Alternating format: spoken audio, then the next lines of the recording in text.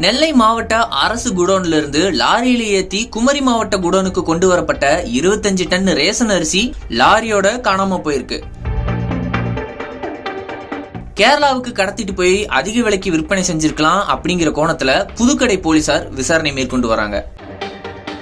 தமிழகத்தில் இருக்கிற அரசு நியாய விலை கடைகள் மூலம் பொதுமக்களுக்கு வழங்கப்படுற ரேஷன் அரிசிகளை வெளி மாநிலங்கள்ல இருந்து சரக்கு ரயில்கள் மூலம் கொண்டு வந்து அந்தந்த மாவட்டங்கள்ல உள்ள அரசு குடோன்களுக்கு லாரிகள்ல ஏற்றி அனுப்புறது வழக்கம். இந்த நிலையில குமரி மாவட்ட காப்புக்காடு பகுதியில் செயல்பட்டு வர அரசு குடோனுக்கு 25 டன் ரேஷன் அரிசியை கடந்த 16ஆம் தேதி நெல்லை குடோன்ல இருந்து லாரியில ஏற்றி அனுப்பி வச்சிருக்காங்க. இந்த லாரியை குமரி மாவட்டம் நித்திரவிளை பகுதியை சேர்ந்த சுரேஷ் அப்படிங்கிறவரு ஓட்டி வந்ததா சொல்லப்படுது.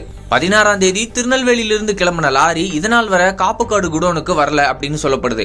இதுக்கு இடையில இந்த லாரி எங்க போச்சு, என்ன ஆச்சு அப்படிங்கிற விவரங்கள் எதுவுமே தெரியாத நிலையில பதறி போன அதிகாரிகள் லாரியை தேடும் முயற்சியில இறங்கியிருக்காங்க. இந்த நிலையில நெல்லையிலிருந்து திரும்பின லாரி குமரி மாவட்டம் மார்த்தாண்டம் வர வந்தது சிசிடிவி காட்சிகள் மூலம் அதிகாரிகளுக்கு தெரிய வந்திருக்கு.